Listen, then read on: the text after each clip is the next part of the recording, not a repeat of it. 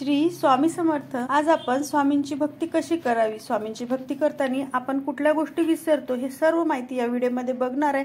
तर हा व्हिडिओ तुम्ही पूर्ण बघा। आजपर्यंत स्वामी भक्ती आपण केलेली, आजपर्यंत विविध देवाची भक्ती करताना आपण नवस बोलत होतो, तसंच आपण स्वामींनाही नवस बोलतो की मला मुलबाळ नाही, मला नोकरी लागू द्या, माझं हे काम अडलेलं आहे तर हे होऊ द्या, त्यासाठी मी अमुक पेढे वाटील किंवा 9 नारळाचा 11 नारळाचं तोरण बांधेल किंवा मूल होत नसेल तर चांदीचा पाळणा आणून वाहिल, अशा गोष्टी आपण स्वामींना कबूल करतो व हा नवस बोलून आपण मोकळं होतो। आता स्वामी करतील, पण हे न करता आपल्याला काय करायचं आहे, कुठली भक्ती आपल्याला करायची आहे जी स्वामीला आवडते ती भक्ती आपल्याला करायची। स्वामींना काय आवडतं तर फक्त तुमचा शुद्ध भाव, शुद्ध अंतकरणाने जी काही तुम्ही शुद्ध भाव चढवतात तो भाव स्वामींना पाहिजे। आपण आता काय करायला लागलोय, जसं आपण जनमानसातनी करतो देवाणघेवाण, तसं आपण देवासोबतही करायला लागलो।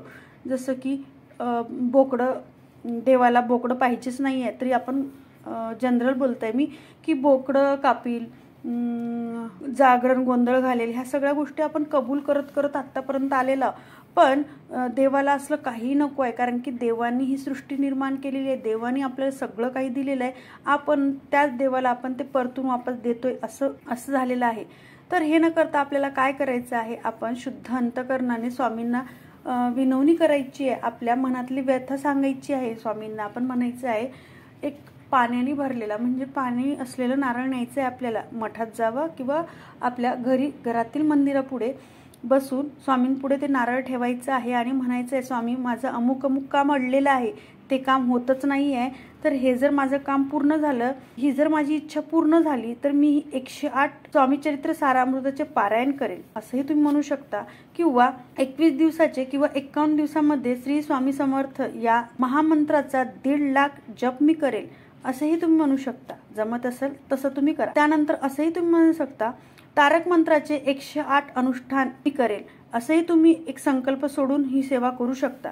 गुरुचरित्राचे जेवढे जमेल तेवढे पाठ तुम्ही कबूल करा व हेही तुम्ही करू शकता। बघा, तुम्ही जेव्हा सेवा करा, जेव्हा तुम्ही आता हे बोललात तर तेव्हापासूनच तुम्ही सेवा सुरू करा।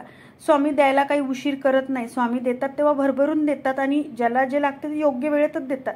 तर तुम्ही आता हे बोललात, मग स्वामी जेव्हा माझी इच्छा पूर्ण करेल तेव्हा मी ही सेवा चालू करेन, असं न करता काय करायचं आपल्याला, आज तुम्ही बोललात ना तर आजपासूनच तुम्हाला ही सेवा चालू करायची आहे, आजपासूनच त्या सेवेत तुम्हाला निरंतर वाहून द्यायचं आहे। म्हणजे तुम्ही मनापासून ही सेवा करा तर तुम्हाला मेवा खायला नक्कीच मिळणार आहे। स्वामींची थोडीशी भक्ती जरी केली ना, स्वामींना शुद्ध अंतकरणाने आपण आवाज जरी दिला ना, स्वामी तुम्हाला धावून येतात आणि भरभरून देतात।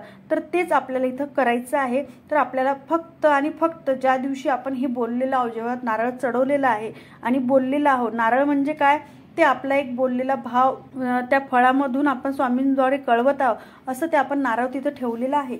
आणि नंतर आपल्याला हे सुरू करायचं। आज तुम्ही जर गुरुवार बोलला असेल का मी 11 गुरुवार करणार आहे स्वामींचे, तर तुम्ही येणारा गुरुवार आहे ना त्याच गुरुवारपासून सुरू करा। कधी कधी तर असे झालेले आहे, कितीतरी लोक ताईचं मी ऐकलेलं आहे का जेव्हा त्यांनी ही इच्छा बोललेली आहे, मठात इच्छा बोललेली आहे किंवा घरी बोललेली आहे, त्यांचं कधी कधी 1 तासातनी 1 दिवसात सुद्धा काम झालेलं आहे, तर तेव्हापासून त्यांनी सेवेला सुरुवात केलेली आहे। हाच अनुभव ऐकून मी तुम्हाला म्हणते का तुम्ही आत्ता बोललात ना तर आजपासून ती सेवा सुरू करा, म्हणजे तुमच्याकडनं तुम्ही कमी पडू नका, स्वामी तुम्हाला काहीच कमी पडू देणार नाही। आता हे झालं आपलं। तर आता यानंतर आपल्याला स्वामींची सेवा करताना देवाणघेवाणची गोष्टच करायची नाही आहे, कारण की स्वामी जेव्हा अवतरले होते, स्वामींना खूप काही मठ झालंय, मठानंतर त्यांनी लोक जेवढे सेवा करायला यायचे, जेवढे त्यांना पाहायला नमस्कार करायला यायचे, त्यांना भरपूर अन्न धान्य वस्त्र अलंकार राजे महाराजे चढवायचे,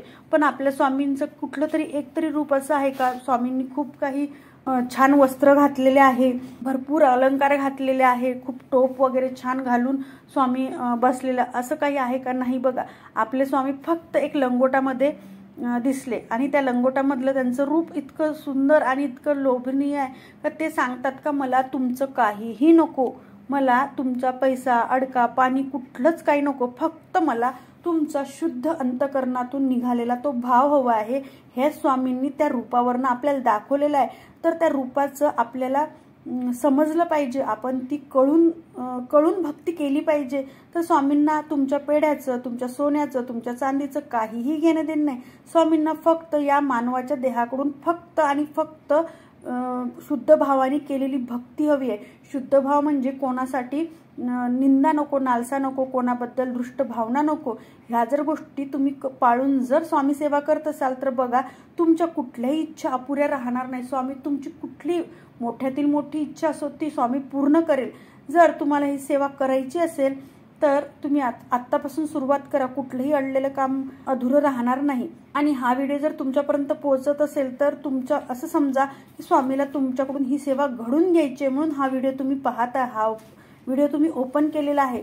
तर झालेली सेवा स्वामी महाराजांच्या चरणी रुजू करते व निरोप घेते.